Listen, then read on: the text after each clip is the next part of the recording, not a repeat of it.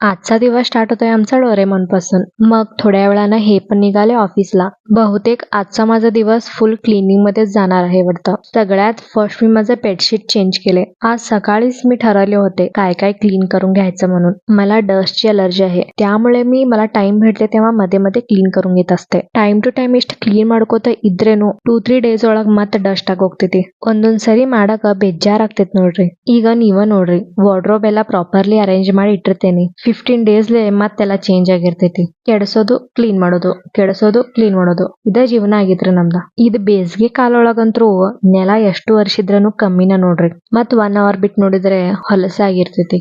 ಮನಿ clean ಮಾಡೋದಂದ್ರೆ ನನಗ್ full interest. ಅದು ಮತ್ ಕ್ಲೀನ್ ಮಾಡೋ ಮೂಡ್ ಇರ್ಬೇಕ.